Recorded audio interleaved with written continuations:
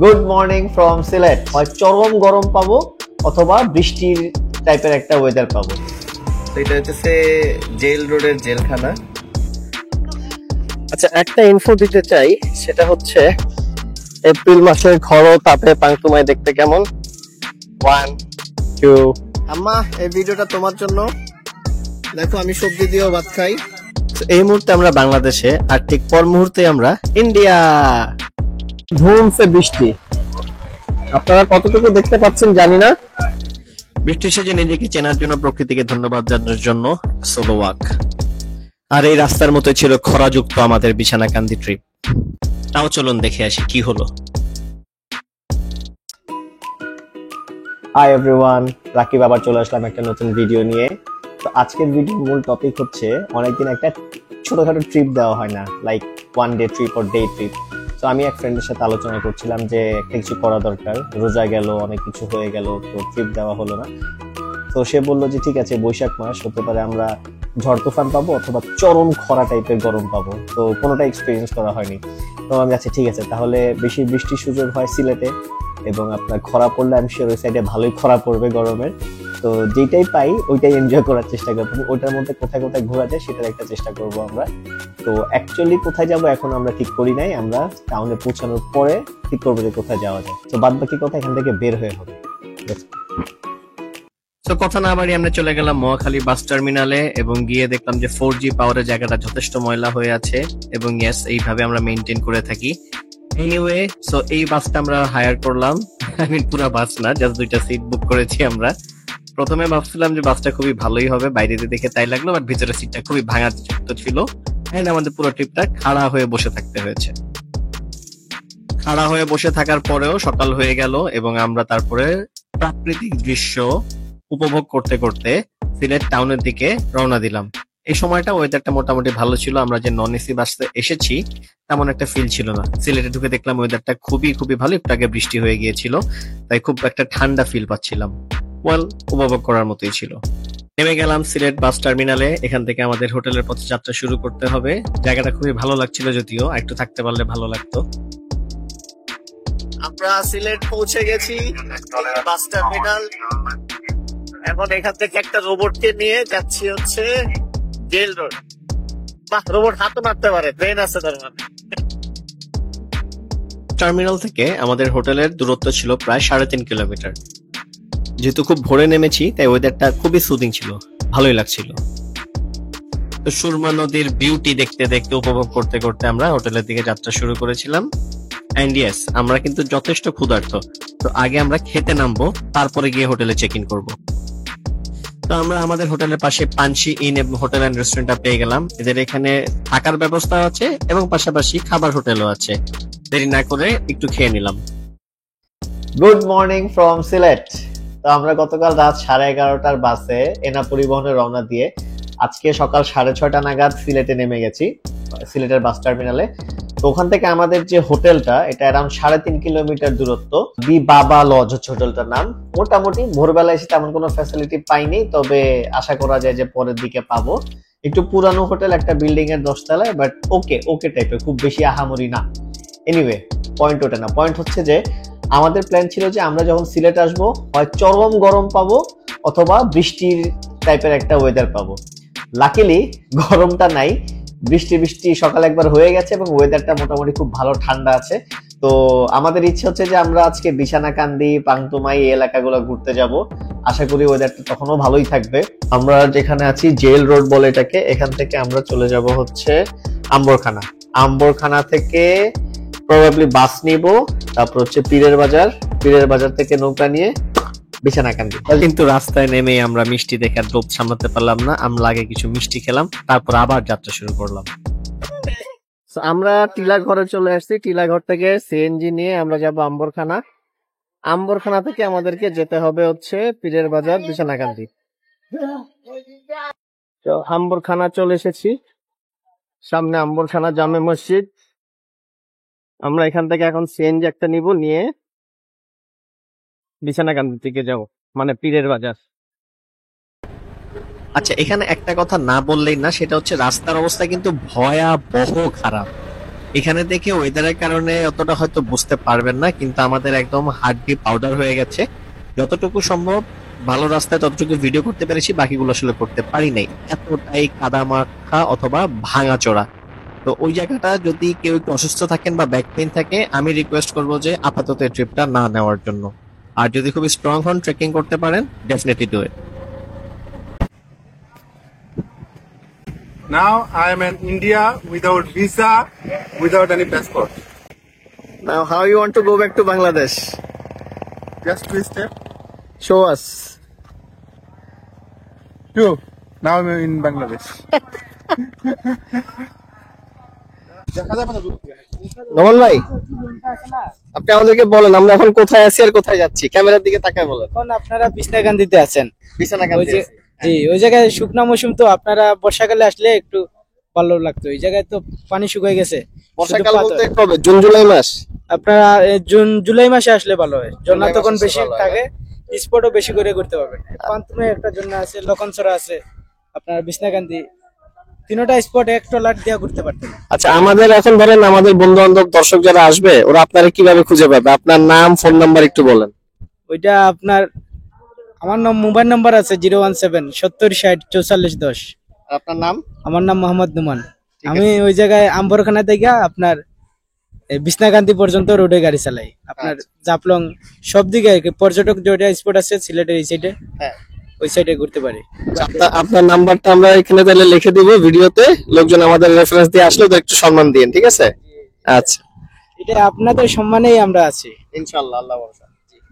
ভাই ভালো আছেন আপনারা? জি, আলহামদুলিল্লাহ, দোয়া করেন সবার জন্য।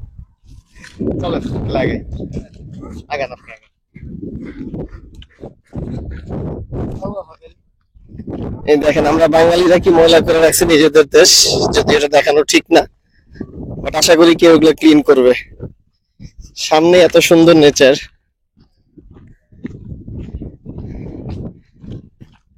রাজীব ভাই, আপনার কেমন লাগতেছে এখানে এসে? আমার এখানে এসে খুব ভালো লাগছে, কারণ এত কাছ থেকে ইন্ডিয়া দেখার সুযোগ এই প্রথমবার হলো। মাশাআল্লাহ। মেঘালয় পাহাড় যেটা দেখা যাচ্ছে খুবই কাছে, এবং পাহাড়ের যে ভিউটা আমার কাছে খুব ভালো লেগেছে। কিন্তু একটা জিনিস খুব খারাপ লেগেছে, যে সাস্টেনেবল ট্যুরিজম যে কথাটা বলা হয় সেটা কিন্তু এখানে নেই।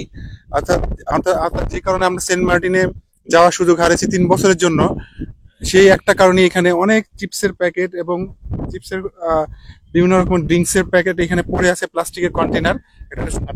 এটা পরিবেশের জন্য খুবই ক্ষতিকর, এবং এখানে আসলে আইন দ্বারা কোনো কিছু করা যাবে না। এখানে সচেতনতার মাধ্যমেই এগুলো সমাধান করা সম্ভব। তো আমার রিকোয়েস্ট থাকবে, যারা এখানে আসবেন তারা অবশ্যই এই জিনিসটা খেয়াল রাখবেন, যেন আমরা কেউ চিপসের প্যাকেট অথবা কন্টেইনার অথবা প্লাস্টিকের বোতল এগুলো যেন আমরা যেখানে সেখানে না ফেলি। আমরা অবশ্যই এগুলো যেন যথাযথ জায়গায় ফেলি, যাতে করে মানে পরিবেশ দূষিত না হয়। আর এখানে অন্যান্য যারা বিদেশ থেকে আসবেন তারাও যেন বুঝতে পারে যে না, বাংলাদেশের টুরিস্টরা অনেক gentle. Thank you. So it's a nice message. I am sure যে এটা আসলে আমাদের সবারই ইয়ে করা দরকার। আমরা বাচ্চা কাচ্চা নিয়ে আসি, চিপস খাওয়াই, চিপসের প্যাকেটটা ফালাই দিচ্ছি, কিন্তু এটা যে আমাদেরই দেশ, আরেকজন এসে আমাদের দেশেই ময়লা দেখতেছে, কেউ হয়তো একদিন আমার বাসার সামনে ময়লা ফেলে দিবে, মনে করবে যে কিছুই না, এটা কোনো ব্যাপারই না। তো আসলে উচিত না। দরকার হলে প্যাকেট গুলো পকেটে নিয়ে সিটিতে গিয়ে কোনো ডাস্টবিনে ফেলে দেওয়া, আই থিঙ্ক একজন ভালো সিটিজেনের কাজ হবে। থ্যাংক ইউ সুন্দর গাইডেন্সের জন্য, রাজীব। আচ্ছা, এখন আমরা বিছনাকান্দির দিকে মুভ করতেছি। তো আমরা আসলে পরে নৌকা নিই নাই। আমাদের এই যে নোমান ভাই খুবই ভদ্র একজন মানুষ, উনি সিএনজি চালান। উনি আম্বরখানা থেকে সরাসরি আমাদেরকে এখানে নিয়ে আসলেন। তো ভাইয়ের কিছু ফিক্সড রুট আছে এবং ফিক্সড কিছু রেটও আছে, যেগুলো এখানে সবাই প্র্যাকটিস করে। আপনারা যদি আসেন, নাম্বারটা আমি দিয়ে দিব স্ক্রিনে, ওই নাম্বারটাতে ফোন দিলেই হবে, আমার চ্যানেলের নাম বললেই হবে, RAQ007 অথবা র্যাক্স ক্রিয়েটস, যেটা আপনার বলতে সুবিধা হয়। স্যার, সামনে বিছনাকান্দির ঝর্ণা মনে হচ্ছে, ঝর্ণা না নদী, তাই না ভাই? বর্ষাকাল আসলে ঝর্ণা হয়ে যায়। আমরা আসলে 2 মাস অ্যাডভান্স, 2 মাস পরে আসলে আর ভালো হতো। সারি সারি 7টা পাহাড় আছে, এই 7 পাহাড়ের মুখ হইলো এটা। এইটা না? জি, ওইখানে বেশি ঝর্ণা আসে ওইদিকে সিলেটের মধ্যে, এখানে বেশি ঝর্ণা থাকে। আচ্ছা আচ্ছা, so this is the view. এখানে ঝর্ণা থেকে আমরা আসলে যেটা আমাদের প্ল্যান ছিল যে হয় বেশি বৃষ্টি হবে নাহলে বেশি গরম পাবো, বাট এখানে দেখতেছি যে রোদ উঠছে যদিও গরম অতটা নাই, বাতাস আছে বেশ ভালো।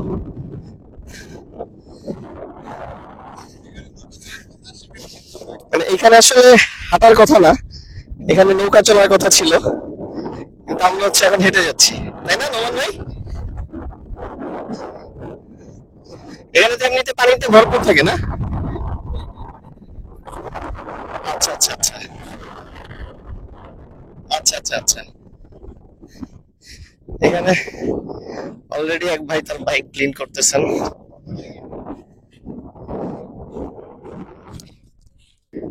আসলে এখন যে সিনিক বিউটিটা আমরা দেখছি এটাই আমাদের ভালো লাগছে, বাট বর্ষাকালে আসলে লাইক এটা 10 on 10 হতো, এখন হয়তো 5 on 10 আছে।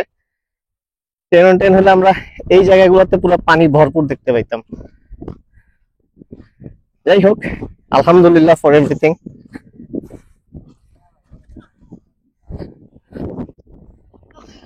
আচ্ছা, একটা ইনফো দিতে চাই, সেটা হচ্ছে আমাদের কিন্তু আমবাসা থেকে এখানে আসতে মোটামুটি 2 ঘন্টার মতো লেগে গেছে।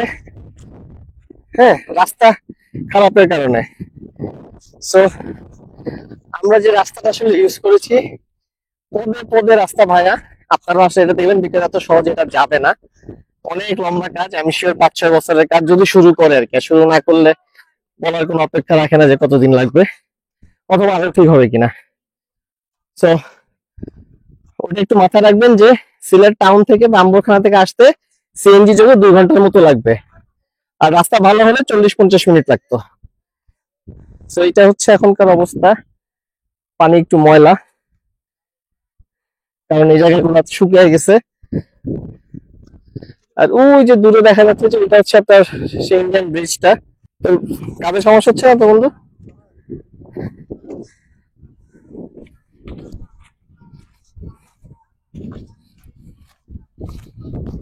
পানি, হ্যাঁ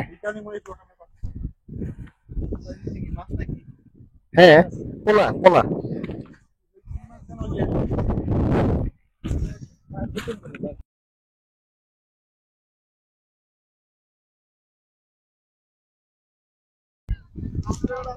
হাই এভরিওয়ান, এখন আমরা বাংলাদেশ ইন্ডিয়া বর্ডারে। পিছনে দেখা যাচ্ছে যে ঝর্ণাটার কথা বলেছিলাম আপনাদেরকে, পান্তুমাই হয়ে যে ঝর্ণাটা ভারত সীমান্তে। আসলে এখন হচ্ছে গ্রীষ্মকাল, বৃষ্টি নেই একদম। আজকে সামান্য বৃষ্টি হয়েছিল, সেজন্য সামান্য পানি দেখা যাচ্ছে, একদম মানে সব শুকনো। আসলে বর্ষাকালে এখানে প্রচুর পানি থাকে এবং এখানে নৌকা দিয়ে ওই ব্রিজ পর্যন্ত অনেকটা যাওয়া যায়। তবে খুব ভালো লেগেছে যে এই প্রথম ইন্ডিয়া বর্ডার সীমান্তে এসেছি, এর আগে এসেছি তবে এত কাছে আসা হয়নি। আর মেঘালয় দূরে দেখতে পাচ্ছেন মেঘালয় পাহাড়, এই পাহাড়টার ভিউটা খুব সুন্দর, মানে এত সুন্দর পাহাড় আমি এর আগে কখনো দেখিনি। আর ঝর্ণার দিকটা ভালো লাগছে, যদি এখানে একটা নৌকা পেতাম তাহলে হয়তো কিছুটা যাওয়া যেত, কিন্তু সেই সুযোগটা নাই, কারণ এখন হচ্ছে আহ গ্রীষ্মকাল বা সামার। তো আশা করি, এখন রাস্তা ভালো ছিল না, জার্নিটা খুব কষ্টদায়ক ছিল, তবে ওয়েদারটা ভালো ছিল, বাতাস আছে হালকা। তবে চিন্তা ভাবনা করছি যদি ভবিষ্যতে কখনো রাস্তা ভালো হয় ইনশাল্লাহ আসবো, এবং অবশ্যই এইখানকার অবশ্যই সেটা জুন জুলাইতে আসবো, এবং এখানে এসে অবশ্যই সেই নৌকা ভ্রমণ করব, এবং বর্ষাকালে সেই ঝর্ণাটা দেখে যাব। এখন ঝর্ণায় ফ্লো নেই, তাই ঝর্ণা দেখা যাচ্ছে না। তো বর্ষাকালে আসবো, আশা করি আপনারাও আসবেন, তবে জুন জুলাইতে। পাংতুমাই দেখা শেষ, কারণ কিছু দেখার নাই। এখন দেখছি সামনে কিছু দোকান আছে, দোকানগুলোতে কিছু খাবার দাবার পাওয়া যায় কিনা। এই নোমান ভাই, শুনছিলাম এখানে ওই যে 120 টাকায় গরুর মাংস ভাতটাত পাওয়া যায়। এগুলো একটু দাম বাড়ছে তো সবকিছু, এখন 150 টাকা আপনি গেলেও 100-150 টাকা সবাই। হ্যাঁ, হ্যাঁ। পেট চুক্তি 150 পেট টাকা। চুক্তি। জি, আলু ভর্তা, ডাল, সবজি, গরু মাংস লাগায় 150 টাকা নেই। আলু ভর্তা, ডাল, সবজি, গরুর মাংস মাত্র 150 টাকা। ভাত যতটুকু খাইতে পারে। আচ্ছা, আমি যদি ভাত বাদ দিয়ে গরুর মাংস খাই, যে ভাত আপনি রেখে দেন, গরুর মাংস দেন আমারে। চাইলে শুধু গরু মাংসের প্যাকেজটাই দাম। আচ্ছা, এক প্লেট নিয়ে 3 জন খাওয়া যাবে না? অবশ্যই খাইলে খাইতে পারবেন, কোন দিকে বসলে চুরি করে খাইতে হবে। আরে তিনটা ভাগ করে নেবেন এক প্লেটে। ওই তো ধরেন নিবো এক প্লেটে, হ্যাঁ, আমি চেয়ার থেকে উঠে যাব, খায়া উনি বসবে, উনি খায় উঠে যাবে, ওই আরেকজন বসবে। বন্ধু তুমি কি নিচ্ছ? Well, ওই যে ডিএসএলআর নিয়ে ঘুরতেছে, এটা কক্সবাজারেও আছে। আপনার এক একটা ছবি 3 টাকা করে নেবে বলতেছে। তো এক সময় আমিও ডিএসএলআর দিয়ে ওয়েডিং ফটোগ্রাফি করতাম, অনেক টাকা দিয়ে কিনেছিলাম। পরে দেখি লোকজন ফটোগ্রাফার না, বলে ক্যামেরাম্যান, ক্যামেরাম্যান এই আমার বউয়ের ছবি তোলো। So I quit. কি খাবা? গরুর মাংস? হ্যাঁ, কি অবস্থা ভাইয়া? ধরবেন ভাই, কি খাওয়াবা? বলে দেখতে পারেন হাঁসের মাংস, দেশি মুরগ, ব্রয়লার, ট্যাংরা মাছ, শিং মাছ, খাইছে। কক মুরগি, এত কিছু আছে? গরু আছে? গরু আছে। কত করে? কোনটা কত? গরু দিয়ে খেলে 150 টাকা, সাথে আলু ভর্তা, শুটকির ভর্তা, সবজি, ডাল ভাত আনলিমিটেড। আনলিমিটেড? হ্যাঁ, পেট চুক্তি যেমন খান। চলো তোমার দেখি কি কি খাবার আছে, আমাদের একটু দেখাইতে পারবে না? হ্যাঁ, দেখাতে পারবো, আসলে আপনার যদি পছন্দ হয় খাবেন। একটু জোরে বলবা, হ্যাঁ, আমরা যেন ভিডিওতে সাউন্ডটা আসে। ঠিক আছে ভাই? আচ্ছা, কি নাম তোমার হোটেলের? দেখেন ভাইয়া, রেস্টুরেন্ট। এখানে আছে আপনার দেশি মুরগি, দেশি মুরগি, মাশাআল্লাহ, দেখতে তো সুন্দর হয়েছে। এখানে আছে হাঁস বোনা, এখানে হাঁস ঝোল, একটু একটু ধরে রাখ। হাঁসের ঝোল, আর এটা হচ্ছে আপনার হাঁস বোনা শুকনো, হাঁস ভুনা, এখানে কক মুরগি, কক মুরগি, মাশাআল্লাহ, এখানে ফার্মা মুরগি, বাবা সব আছে। এখানে গরু মাংস, দোস্ত খাবো রে। এখানে আছে বড় মাছ, এটা হচ্ছে বড় মাছ। কি মাছ? এটা আছে আপনার রুই মাছ, একটু সুন্দর করে নেই ভিডিওটা। ঠিক আছে। এখানে শিং মাছ, এটা হচ্ছে শিং মাছ, শিং মাছ, এটা আলু ভর্তা, আলু ভর্তা, বা অর্ধেক শেষ হয়ে এখানে গেছে, শুটকি ভাজি, অনেক ডিমান্ড। এখানে সবজি, ফ্যান্টাস্টিক। আর এদিকে ডাল, এখানে আছে ডাল ভাত। হাই হাই বালতিতে ডাল না? যে এটা ডাল। আচ্ছা ভাইয়া, ওই মাংসগুলা রেট গুলা যদি একটু আমাদের বলেন। হ্যাঁ ভাইয়া, চিকন চালের ভাত দিয়ে খেলেন। আচ্ছা, এটা হচ্ছে চিকন চালের ভাত। গরম আছে, গরম হাত আছে। সিদ্ধ চাল আর কি, কি চাল? হাত সিদ্ধ চাল। হাত সিদ্ধ। এটা হচ্ছে দেশি মুরগির প্যাকেজ, খেলে সাথে আলু ভর্তা, শুটকি ভর্তা, সবজি, ডাল ভাতের ফুল প্যাকেজ, খাবার কম নিলে 150 টাকা, দেশি মুরগির রোজ দিয়ে 150 টাকা 150 টাকা ফুল প্যাকেজ। Full package. হাঁস বোনা দিয়ে 150 টাকা, আর তারপরে হাঁস ঝোলটা দিয়ে 150 টাকা, কক মুরগি দিয়ে 140 টাকা ফুল প্যাকেজ, সামনে মুরগি দিয়ে 120 টাকা, গরু মাংস দিয়ে 150 টাকা, মাছ দিয়ে 120 টাকা, শিং মাছ 120 টাকা। আচ্ছা, এই গরুর মাংস আর হাঁস এগুলা পেট চুক্তিতে দিবেন না? না এগুলো একবারই দিবেন? না পেট চুক্তি, এগুলো একবারই দিবেন? একটু বাড়াই দিবেন না? ভাত ডাল আনলিমিটেড, একটু বাড়াই দিব, সমস্যা নাই। না, ভাত কম খাইলাম, তরকারি বেশি খাইলাম। মানে আনলিমিটেড থাকবে, ভাত ডাল আনলিমিটেড থাকবে, ভর্তা ভাজি সব। আবার পাইলে আবার এক্সট্রা নিতে পারবেন।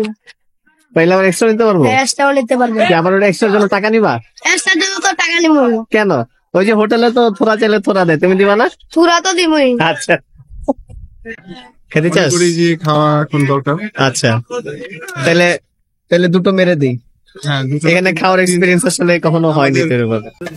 পেট চুক্তিতে ভর্তা, ডাল, শুটকি, আর হচ্ছে প্যাকেজ অনুযায়ী হচ্ছে একটা গরু, একটা হাঁসের ঝোল, প্রত্যেকটা আলাদা আলাদা প্যাকেজ হচ্ছে 150 টাকা করে।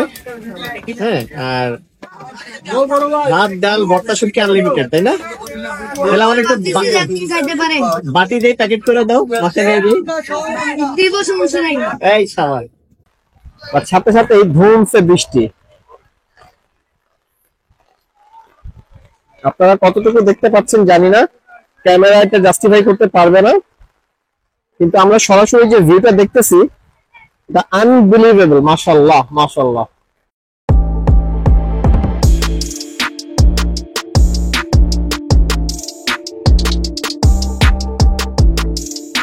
ঘাট, গোয়িংঘাট থেকে এই সুন্দর বাসটাতে করে আমরা হচ্ছে কদমতলিতে যাব। এটা হচ্ছে Taher enterprise, Taher enterprise something. This is the bus number and this is Rajib. এই হোটেলে আমরা একটু চা খেয়ে রিফ্রেশ হয়ে নিলাম। মোটামুটি চায়ের কোনো কোয়ালিটি ছিল না, বাট ভালো লাগছে, কারণ চাটা দরকার ছিল। বিছানা কান্দি থেকে কান্দিতে কান্দিতে এসেছি, পানি নাই দেখে। তো যাই হোক, এখন হচ্ছে সন্ধ্যার পর আমরা একটু এলাকার ফুড সাফারিতে বের হবো, দেখবো যে কি কি খাবার দাবার পাওয়া যায়। মোস্টলি 5 ভাই বা পানসি ওখানেই যেতে হবে, বাট দেখতে দেখতে যাবো আর কি। সো 8-10টা বাঙালির মতো আমরা আসলে ট্রেডিশনের বাইরে যেতে পারি নাই, আমরা 5 ভাই রেস্টুরেন্টে চলে গেছি অ্যাজ ইউজুয়াল। তো হাঁটতে গেছি, মোটামুটি আশেপাশে সব বন্ধ ছিল সামহাউ। তো আমরা নিয়েছিলাম সাদা ভাত, একটি খাসির মাংস আর একটি হচ্ছে গরুর মাংস। গরুর মাংস 190 টাকা, খাসির মাংস 220 টাকা। আর ফাইনালি ওদের একটি স্পেশাল চা আছে, যে চাটা দিয়ে ডিনার শেষ না করলে আসলে কমপ্লিটই হতো না। খুবই খুবই খুবই ভালো চা, হাইলি রেকমেন্ডেড যদি আপনারা যান। এরপর আমরা মাজার রোডে চলে গেলাম। এখানে মোটামুটি জমজমাট থাকে রাতটা। আর এটা যেহেতু শুক্রবারের রাত ছিল, অনেক লোকজন এসেছিল, অনেক কেনা বেচা হচ্ছিল। তো ভিতরের ছবি তুলিনি আমরা, বাইরে যে দোকানগুলো আছে এখানে কি কি পাওয়া যায়, লোকজন কি কি কিনছে, এগুলোর একটা ছোটখাটো একটা স্ন্যাপশট আপনাদেরকে দেখালাম। আপনারা যখন সিলেট ঘুরতে আসবেন, পারলে একবার এই জায়গাটা থেকে ঘুরে যান। মোটামুটি অনেক সুভেনির এন্ড ইসলামিক আইটেমস গুলো পাওয়া যাচ্ছে। কোরআন শরীফ এবং অন্যান্য বইও আছে, আপনাদের পছন্দ মতো কেনাকাটা করতে পারবেন। মোটামুটি সবই রিজনেবল দামে আমার মনে হলো।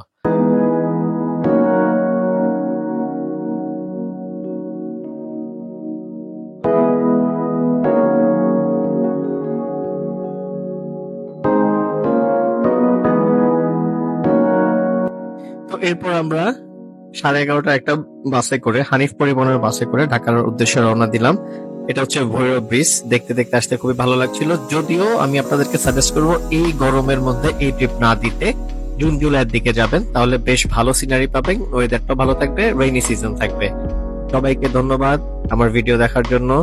কিপ ইন টাচ, আমরা আরো নতুন ভিডিও নিয়ে আপনাদের সামনে আসবো। Thank you.